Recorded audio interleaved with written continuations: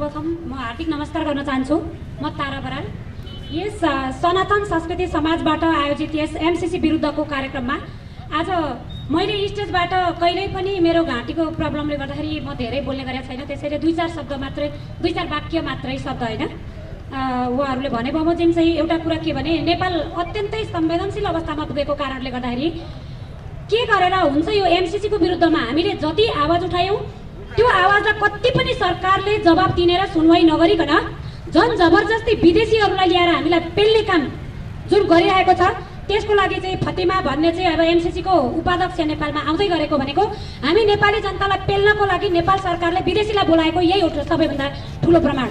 यसको लागि अब हामीले के कसरी तिनको विरुद्धमा जान सक्नुपर्छ यो भनेको मातृभूमि बचाउनको लागि अन्तिम लडाइँ हो हाम्रो। यही पहिले हिन्दू राष्ट्र भत्किनु राजतन्त्र भत्किनु कारणले गर्दाखेरि नै विदेशीको अखडा यो जमेर बढ्दै गएको कुरा अब हिजो नबुझेर या बुझेर नेपाली काङ्ग्रेस माओवादी एमालेमा धर्मनिरपेक्ष पार्टीहरूमा गणतन्त्रमा जो जति लागेका थियौँ हामी पनि थियौँ होला, तर अब नेपालको परिणाम देख्दा देख्दै यो अवस्थामा देशलाई पुग्यो भनेर देख्दा देख्दै हामी रमिते हुनु भनेको ती जानेर देशलाई घाटा लगाउने भन्दा बढी अपराधी देशका लागि हामी कहलिने छौँ। त्यसैले गर्दाखेरि तिनीसँग भए जतिको अङ्ग हामीसँग पनि छ, एउटा ज्यान हामीसँग छ, तर बुद्धि विवेक तीसँग भन्दा बढी हामीसँग छ भने जानेर देश बेचे या नजानी बेचे हामीले जानेका छौँ भने हामी एकसँग जान सक्नुपर्छ, यिनलाई पत्तासाफ गर्न सक्नुपर्छ र यो व्यवस्था परिवर्तन गरेर यी नालायकहरूलाई सत्ता र शक्तिबाट पच्युत गरेर बाहिर लगेर यिनलाई हदसम्मको दण्ड बाहिर फ्याँक्ने मात्रै होइन राष्ट्रघात गरे बापत हदसम्मको दण्ड दिने खालको शक्ति हामीले बनाउनुपर्छ भनेर हामी भित्रभित्रै धेरै शक्तिहरू अहिले गृह कार्यमा छौँ। मलाई लाग्छ तपाईँहरूको पनि एउटा यो टिम हो, यस्ता टिम अहिले नेपालमा हजार छन्, ती सबैको उद्देश्य एउटै छ। त्यो कारणले गर्दाखेरि अब फतिमा आउने बेलामा सक्दो ठुलो विरोध प्रदर्शन गर्नका लागि के गर्नुपर्छ भनेर भित्रभित्र गृह कार्यमा जुटिराख्नुभएका अरू टिमहरू हुनुहुन्छ। टिम हुनु पनि केही पनि हाम्रो दोष छैन, धन्यवाद छ जसले जे टिम बनाउनु भएको छ। यो भनेको एउटा परिचयको माध्यम बन्छ, हरेक टिम यसरी गल्लीमा सडकमा आएपछि परिचय गर्ने एउटा माध्यम बनेको छ, त्यसमा सबैलाई धन्यवाद दिँदै अब आउने दिनमा शक्तिशाली तवरले प्रदर्शन गर्न सकिन्छ र एमसीसीलाई खारेज गराउन सकिन्छ। सबैभन्दा ठुलो हिजो हामीले अफगानिस्तानबाट पाठ सिक्नुपर्छ कि अफगानिस्तानमा नराम्रो घटना घट्यो तर त्यसबाट हामीलाई यति ठिक्क मौकामा पाठ दिएको छ कि त्योबाट हामीले अब बुझ्नु पर्यो। आज त्यहाँ आमाको दुध चुस्दै गरेका बच्चाहरू ओछ्यानमा रोइरहेका छन्, बाबुआमा कुन प्लेनमा झुन्डेर कुन देशमा पुगे पत्ता छैन, खाना नपाइकन बच्चाहरू ओछ्यानमा सुतेका छन्, ओछ्यानमा मरेका छन्, तालिबानीले खाना दिएको छैन विरोधीका सन्तानहरूलाई, बुढाबुढी वृद्ध जो घर छोडेर बाहिर निस्किन सकेका थिएनन्, बच्चा जो दुध चुस्दै गरेका थिए ती ओछ्यानमा सुकेर मरिरहेका छन्। त्यो अवस्था भोलि देशमा आउन दिने एमाले काङ्ग्रेस माओवादीका झुन्डाहरूलाई यो क्वेसन गर्नुपर्छ। अब हामीले अब पनि विवेक नपलाउने कहिले पलाउँछ तिम्रो? हामीले के गरिरहेका छौँ? राष्ट्रको घात गरेका छौँ, राष्ट्रको विरुद्धमा बोलेका छौँ भने सरकारसँग शक्ति छ लैजाओस् तुरस, होइन भने हाम्रो जवाफ किन दिँदैन? यो अहिले भएका काङ्ग्रेस एमाले माओवादी जेसुकैका महिला सङ्गठन छन्, किसान सङ्गठन छन्, विद्यार्थी सङ्गठन छन्, गाउँ टोलमा युवा सङ्गठन छन्, के हेरेर बसेका छन् ती? त्यही पर्खेको हो।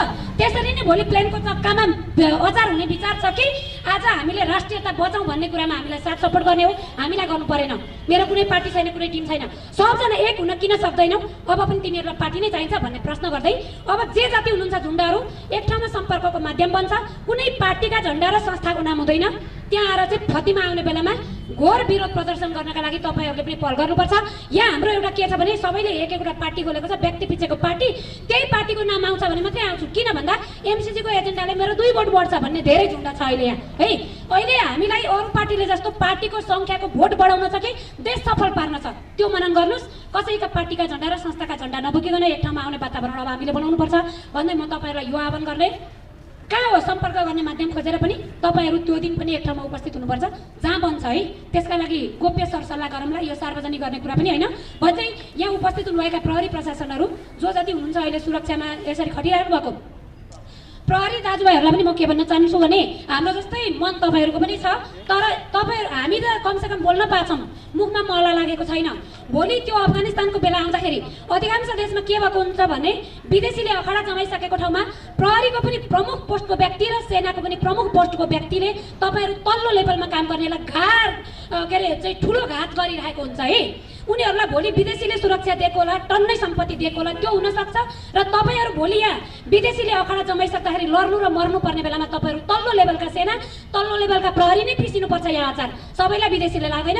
त्यसका लागि यसरी हामी सडकमा गल्लीमा एमसिसीको विरुद्धमा आउने, राष्ट्र र राष्ट्रियताको पक्षमा आउने सम्पूर्ण नागरिकहरूलाई मनबाट उनीहरूको आदेश आए पनि गोली नबर्साउने। किन भन्दा हामी चाहिँ विशेष गरेर हाम्रो सुरक्षा भन्दा तपाईँहरूको सुरक्षाको लागि बोल्दैछौँ। हामी पनि कुनै न कुनै देशको नागरिकता बनाएर जान सक्छौँ, सुरक्षित देशमा जान सक्छौँ। तर प्रहरी सेनाहरू सबै जान सक्दैन, त्यो हामीलाई थाहा छ है।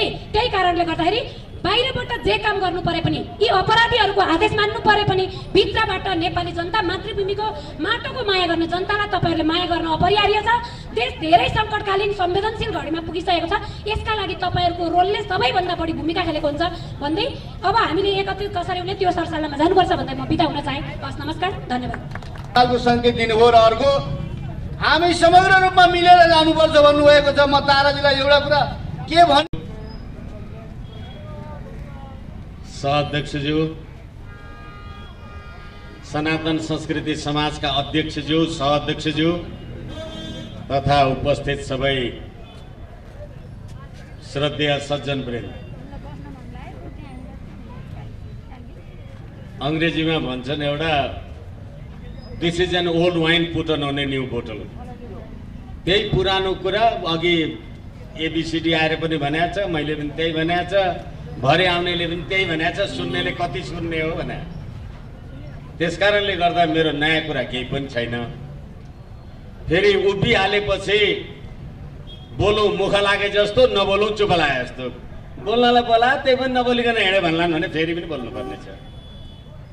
यसकारणले गर्दा म संक्षिप्त कुराहरू, मलाई थाहा छ धेरै बेरदेखि यहाँहरू बस्नु भएको छ र आयोजक मित्रहरूले समय बजीको लागि पनि निवेदन गर्नुभएको कुरा यहाँ उद्घोषकज्यूले भनि नै सक्नुभयो। हामीले सनातन संस्कृति समाज नेपाल भनेर के भन्न खोज्या? के हो सनातन? अनि हाम्रो पूर्वीय दर्शनले भन्यो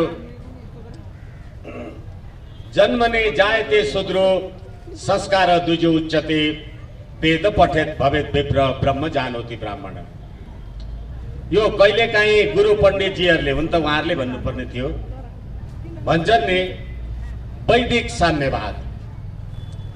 सबै संसारका मानिसहरू एउटै तरहले पैदा हुन्छन् र जन्मिँदाखेरि सबै शूद्र हुन्छन्। संस्कार दुजे उच्चते भनेपछि संस्कारले मान्छे सुसंस्कृत हुन्छ, परिष्कृत हुन्छ।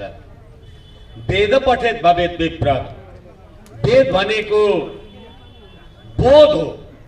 मैले तपाईहरुलाई मेरो कुरा कति भन्न जान्दछु मलाई थाहा छैन। वेद भनेको कुनै एउटा ग्रन्थ, कुनै पुस्तक भन्दा पनि तपाई बोध हुन्छ जब तपाईलाई ज्ञान हुन्छ। अनि वेद पठेत भवेत विप्र, अनि तपाई बाहुन हुनुहुन्छ। ब्रह्म जानोति ब्राह्मण भनेपछि जसले यो सृष्टि ब्रह्मलाई बुझ्छ त्यो ब्रह्म हुन्छ। यसकारण नेपालको सनातन संस्कृति, धर्म, सभ्यतालाई तपाई नेपाली जनताले भोट हालेका मान्छेले, तपाईको पार्टीको नेता तपाईको घरमा भोट माग्न आयो, तपाईले त्यो नेतालाई गाईको दूध र भात पनि खुवाउनु भयो।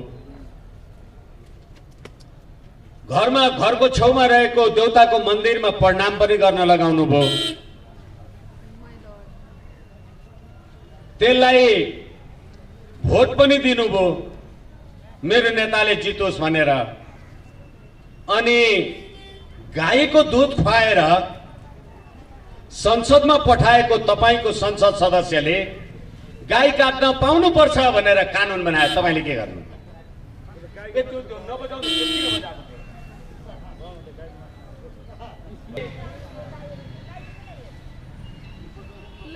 स्वधर्म निधनम श्रेय परधर्म भयावह।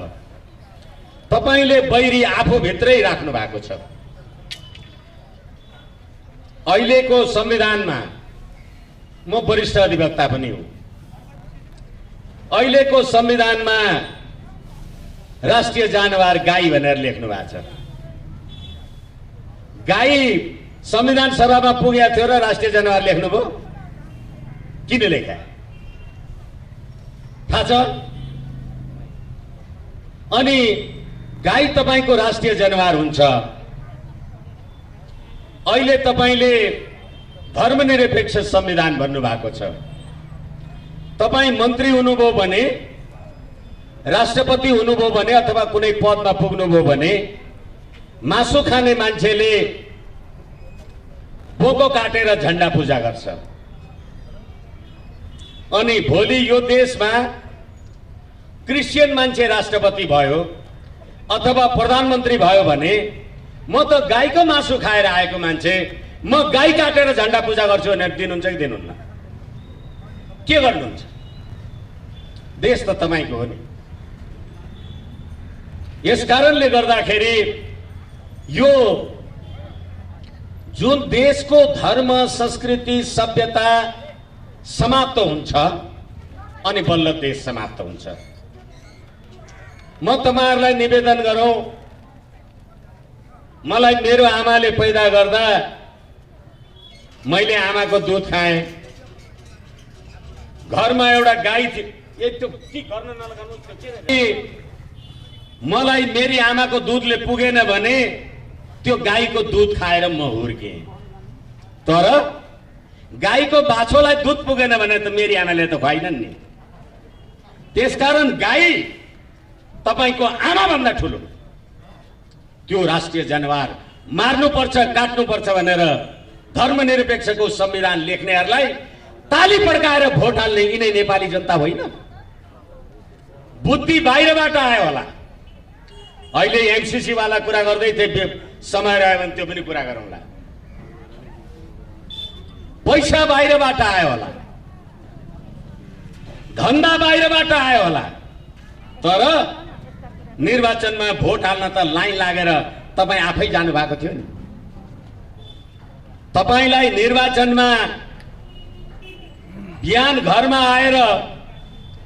घरमा घण्टी हल्लाएर चण्डी पाठ गरेर ठाडो त्रिशूलको टीका लगाएर देउताको मन्दिरमा जानुभयो।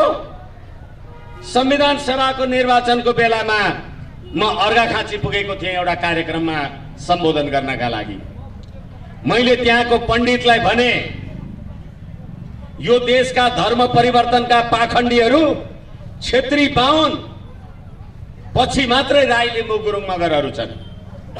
म एउटा मन्दिरमा गएर त्यहाँ प्रणाम गरेर पण्डितजीलाई भने, पण्डितजी तपाई त यो यहाँको ठुलो गुरु हुनुहुन्छ। धेरै मान्छेहरू तपाईकोमा आशीर्वाद माग्न आउँछन्। हामी त नेपाललाई सर्वधर्म समभाव सनातन हिन्दू राष्ट्र नेपाल, अखण्ड नेपाल संवैधानिक राज संस्था चाहन्छौं। त्यसलाई मत दिनका लागि जनतालाई तपाईले पनि भनिदिनुहुन्छ भन्दा त्यो पण्डितजीले मलाई के भने थाहा छ? यहाँ एमालेका मान्छे आउँछन्, यो मन्दिरको छत बिग्रिराखेको छ, 5 लाख देउला चन्दा भनेका छन्। एमालेको माओवादीको आउँछ, 10 लाख दिन्छु भनेको छ। अनि तपाई कति लाख दिनुहुन्छ भनेर सोध्यो त्यो पण्डितले मलाई। त्यो पण्डित, जुन पण्डित चाहिँ माओवादी जनयुद्धमा गिरियापुत्री बसेको एउटा मास्टरलाई जिउँदै रुखमा झुन्ड्याएर मार्यो, त्यो माओवादीको चन्दाले त्यो पण्डित मन्दिर बनाउने यो देशका पाखण्डीहरू। लाज छैन? अनि तपाईलाई भगवानले आशीर्वाद दिने हो कि श्राप दिने हो? अफगानिस्तानको सेनाले तालिबान विरुद्ध युद्ध गरेन। बुझ्नुहोस् किन गरेन? किनभने अफगानी सेना अमेरिकी सेनाको अन्तर्गत रहेर भर्जिन मदर र लिभिङ टुगेदर भएर अहिले स्वास्नी मान्छेले छोरा छोरी पाउनु भयो, लोग्ने देखाउनु पर्दैन पश्चिमा संस्कृति। अनि त्यो भर्जिन मदर र लिभिङ टुगेदरको आदेशमा चलेको अफगानी सेना त्यो अफगान जनताको सेना हुन सकेन, किनभने अफगानिस्तानको काबुलको त्यहाँको धर्म, संस्कृति, सभ्यता, भूगोल, इतिहास सम्पूर्ण कुरालाई अफगानी सेनाले त अमेरिकी सेनाको अन्तर्गत रहेर तलमाथि गरे। त्यहाँका राष्ट्रपतिले, गणतन्त्रवादी साथीहरू कोही हुनुहुन्छ सुन्नुहोस्, त्यहाँका राष्ट्रपति अशरफ गानी, अफगान सेना त तालिबानसँग लडेन, नलड्ने बित्तिकै पोका पुन्तरा, सुन चाँदी, धन दौलत, द्रव्य जे थियो त्यो पोको पारेर भाग्नु। तर नेपालमा गणतन्त्रवादी साथीहरू, तपाईहरूले गणतन्त्र ल्याएको 15 वर्ष भयो, यो देशको राजा भागेको छैन। भागेको छैन मात्रै होइन, तपाईहरूलाई याद रहोस्, यही इन्द्र जात्राको दिनमा शिवसेना नेपालको मान्छेहरूले यो देशको राष्ट्रपति आउँदाखेरि तपाईँ धर्मनिरपेक्ष राष्ट्रपति, इन्द्र जात्रा भनेको त हिन्दूहरूको पर्व हो, तपाईँले आउन मिल्दैन भनेर कालो झण्डा देखाए। त्यो कालो झण्डा देखाउने साथीहरूलाई पुलिसले पक्रियो, कारबाही गर्यो। अनि तिनीहरूको विरुद्धमा सुप्रिम कोर्टमा रिट हाल्दाखेरि यही अहिलेको सम्माननीय प्रधान न्यायाधीशको बेन्चमा त्यो मुद्दामा बहस गर्ने मान्छे मैले त्यहाँ न्यायाधीशलाई भने, श्रीमान, यो देशको राष्ट्रपति धर्मनिरपेक्ष देशको राष्ट्रपति, धर्मनिरपेक्ष देशको राष्ट्रपतिले हिन्दूहरूको इन्द्र जात्राको कार्यक्रम हेर्न जाँदा उनीहरूले कालो झण्डा देखाए भने तपाईले राष्ट्रपतिलाई थुन्ने कि कालो झण्डा देखाउनेलाई थुन्ने? रातो एमालेको झण्डा देखाएको भए त सलाम गर्थ्यो नि भनेर मैले बेच्छु भने आई एम हियर, म चुनौतीका साथ भन्न सक्छु। के बनाउनु भएको छ अहिले? यो देशको राष्ट्रियता, राष्ट्रिय एकता, अखण्डता र स्वाधीनता सम्पूर्ण रूपमा, अघि मैले तपाईलाई जयसिंह धामीको कुरालाई निवेदन गर्दै थिएँ। त्यो जयसिंह धामी मेरो देशको भाइ, छोरो, ज्वाइँ, जेठान, भान्जो, भतिजो महामहिम नरेन्द्र मोदीजी या कुनै भारतीय गुप्तचर रका एजेन्टहरू छन् भने तपाईहरू पनि सुनिराख्नुहोस्, तपाईहरू पनि सुनिराख्नुहोस्। तपाईको चीनसँगको सीमानाको झगडामा, तपाईको पाकिस्तानसँगको सीमाको झगडामा मेरो भारतीय गोर्खा रेजिमेन्ट फौजको भाइ युद्ध लडेर जितेको छ। तेरो देशको राष्ट्रियता मेरो देशको भाइले बचाएको छ। मेरो देशको भाइलाई तुइन चुडाएर मार्छ यो सरकार, नरेन्द्र मोदीको चाकरी गरेर बस्छ। नालायकहरूको सरकार होइन यो। यस्तो हुन्छ देश, यही हो देश।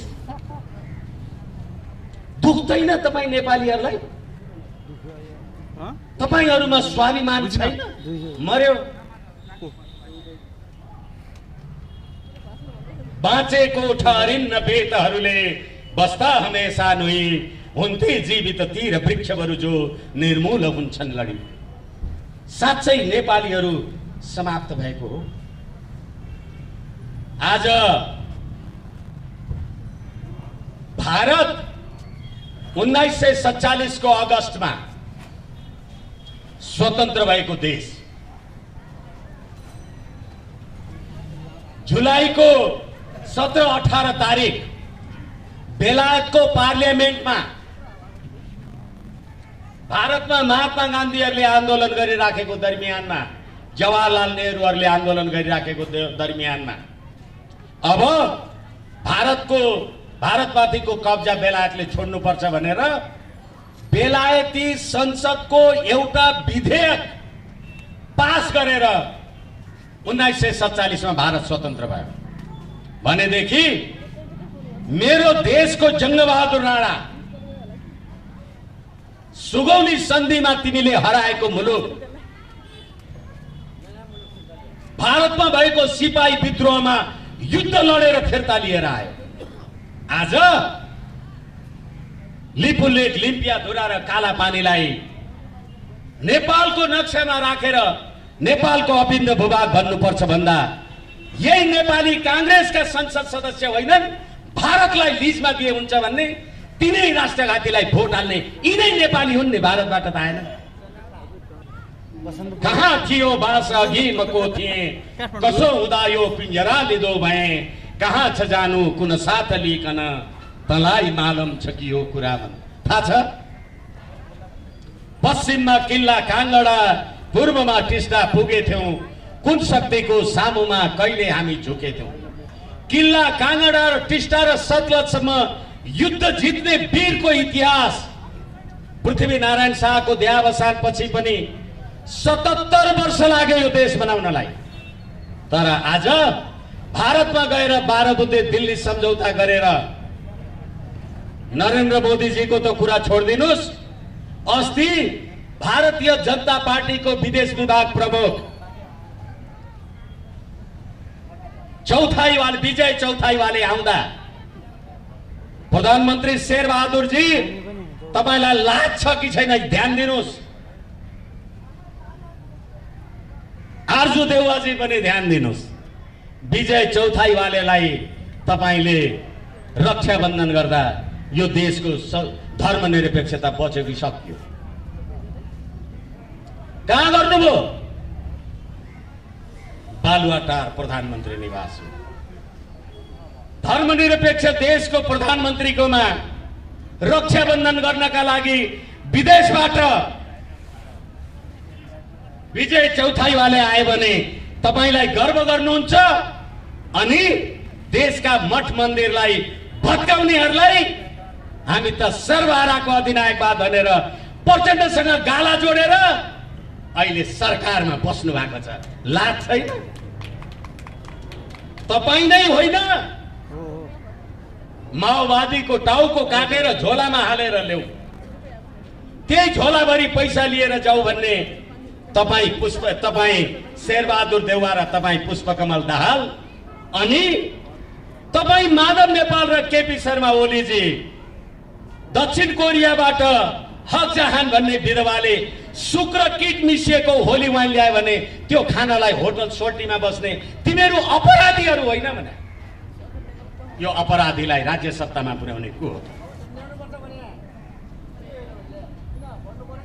यस कारणले गर्दाखेरि आदरणीय दाजुभाइ तथा दिदीबहिनीहरू, म तपाईहरूलाई विनम्रताका साथ निवेदन गर्न सक्दछु। संवैधानिक राज संस्था सर्वधर्म समभाव सनातन हिन्दू राष्ट्र नेपाल अखण्ड नेपालको कुरा गरिरहँदाखेरि तपाईँ क्रिस्चियन हुनु होला, तपाईको खल्तीमा डलर छ होला, धर्म परिवर्तन गर्नु भएको होला, त्यो डलर हेर्नुस् त्यहाँ के लेखा छ? इन गॉड वी ट्रस्ट, हामी भगवानमा विश्वास गर्छौं। तिमीलाई पश्चिमाले आएर डलर दियो भने पनि आफ्नो भगवानलाई प्रणाम गर पो भने त जेसस क्राइस्टलाई ढोग्न जाऊ भने हो। ए मूर्ख हो, यति त बुद्धि याद गरे यार। यसै कारणले गर्दा अहिले तपाईको खल्तीमा 100 रुपैयाँको नोट छ भने Lumbini the birth place of Lord Buddha, भगवान बुद्ध पैदा भएको देश भने हामीले संवैधानिक राज संस्थाको कुरा गरेर याद गर्नुहोस्, हामी त्यो देशको त्यस्तो राज संस्थाको कुरा गरेका छौं जसले भगवान बुद्ध पैदा गर्छ। राजा शुद्धोदन नभएको भए भगवान बुद्ध हुन्थे? भगवान पैदा गर्ने पनि राजा हो यो देश। अनि यो देशलाई संसारका 116 वटा राष्ट्रले शान्ति क्षेत्र नेपाल भनेर समर्थन गराउने पनि यही देशको राज संस्था राजा वीरेन्द्र हो। अहिले तपाईले गणतन्त्र ल्याए भनेको 15 वर्ष भयो। अस्ति कुम्भ स्नानको लागि नेपालका राजा ज्ञानेन्द्रलाई श्री 5 महाराज धिराज ज्ञानेन्द्र भनेर सम्बोधन गरेर हरिद्वारमा कुम्भ स्नान गर्नको लागि बोलाइयो। श्री 5 को हैसियतमा ज्ञानेन्द्र गएर आए। गणतन्त्रवादी सरकार र शक्ति र सेनाहरूलाई चुनौती दिएर भन्छु म, ज्ञानेन्द्रलाई पक्रेर थुनेर हेर न। किनभने 17,000 का अपराधीलाई सलाम गर्ने भाइहरू, तपाईहरू सज्जनलाई सलाम गर्न सक्नुहुन्न। दुख्दैन, पीडा हुँदैन। यसै कारणले गर्दाखेरि आदरणीय दाजुभाइ तथा दिदीबहिनीहरू, अहिले संसारमा 100 वटा राष्ट्र क्रिस्चियन राष्ट्र छन्, 47 वटा राष्ट्र मुस्लिम राष्ट्र छन्, 12 वटा राष्ट्र बुद्ध छन्। यो देशमा सी जिनपिङ आउँदा एमाले माओवादी कांग्रेसवाला साथीहरू विचार गर्नुस्, तपाईहरूले भगवान बुद्धको देशमा महामहिम चिनिया राष्ट्रपति तपाईलाई स्वागत छ भनेर लेख्नु। भगवान बुद्ध 2500, 2700, 2800, 3000 वर्ष अगाडि कहिले अवसान हुनुभयो होला, तर आज पनि भगवान बुद्धलाई बेचेर तपाईँ खाँदै हुनुहुन्छ। अनि त्यो देश धर्मनिरपेक्ष हो भन्न लाज छैन है तपाईलाई।